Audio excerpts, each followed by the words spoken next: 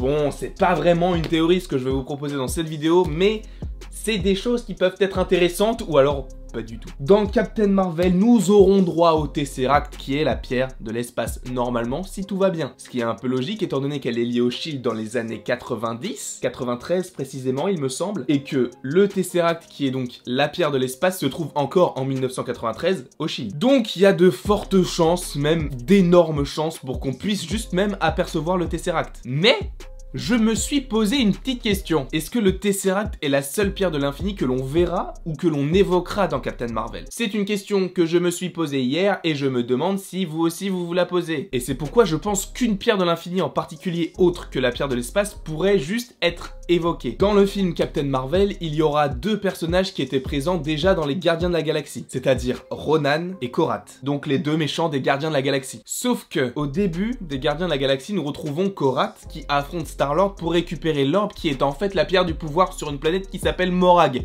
J'ai oublié de prendre ma respiration. Donc je me suis dit, pourquoi est-ce qu'ils y vont en même temps? Il y a forcément un élément qui fait qu'ils se sont retrouvés au même moment, au même endroit. Et je me suis renseigné sur la planète Morag, qui est donc la planète qui abrite la pierre du pouvoir, et j'ai appris que cette planète, tous les 300 ans, était submergée par l'eau. Et c'est possible que Star-Lord et Korath aient attendu que la mer descende sur la planète pour pouvoir aller au temple et récupérer la pierre du pouvoir. Sachant que le film Les Gardiens de la Galaxie se déroule à peu près en 2014, il me semble, et que Captain Marvel se déroule en 1993, entre 1993 et 2014, si la mer est descendue en 2014 pour pouvoir récupérer l'orbe, ça veut dire que la dernière fois où l'on pouvait aller sur Morag, c'était il y a 300 ans depuis 2014, donc en 1714 il me semble, année terrestre. Donc entre 1714 et 2014, si l'on suppose que c'est cette période-là où la planète était submergée par l'eau, et bien tout simplement, il se trouve que l'histoire de Captain Marvel se déroule dans cette période. Et donc oui, j'en reviens au film, comme je l'ai dit précédemment, dans Captain Marvel, il y aura donc Ronan